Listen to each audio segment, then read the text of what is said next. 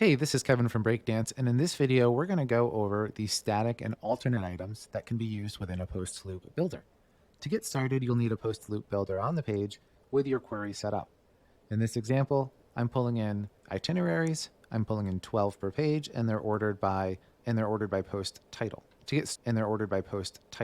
get started with static and advanced, we're going to click the advanced button under the repeated block options. This will open up a dialog for alternates and static items.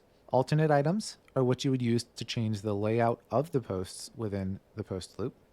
And static items could be used for ads, notifications, promos, or other information such as that. We'll start by clicking the Add Item for the Alternates section. This will open up a dialog which contains the global block you will use, the position, repeat, and frequency, which we will see after we enable repeat. For now, we're going to select our alternate block, and then once we add the position, we will see it on the page. So we will see the fourth item now has this different layout, and it's only that fourth item. We can then choose to click the repeat button. The repeat will automatically repeat the alternate item every fourth position. We can change how frequently it repeats using the frequency option. So for example, if we wanted to change the frequency to 2, that would mean that after it shows up the first time on the fourth position, it's going to show up in the second post every time after that. Next, we have the static items. As mentioned before, the static items are good for ads, promos, notices, or things that you want to display in the post list but do not contain dynamic data from the posts within the loop. When you add the static item to the loop, it will have the same options as the alternate items, such as global block, position, repeat, and frequency. And these options do the same thing.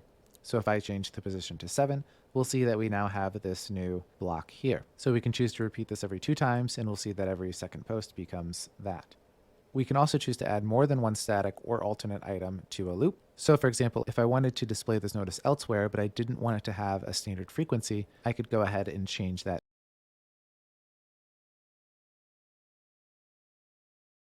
And we'll see that every second post becomes that.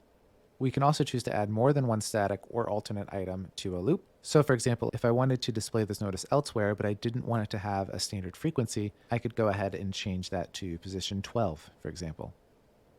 And we'll now see that it shows up here. With all those options set, let's view the front end. We'll see at the 4th post, we have a different layout. And then we'll see at the 7th post, we have our first. And then we'll see at the 7th post, we have our first notice. And again, on the 8th post, we have our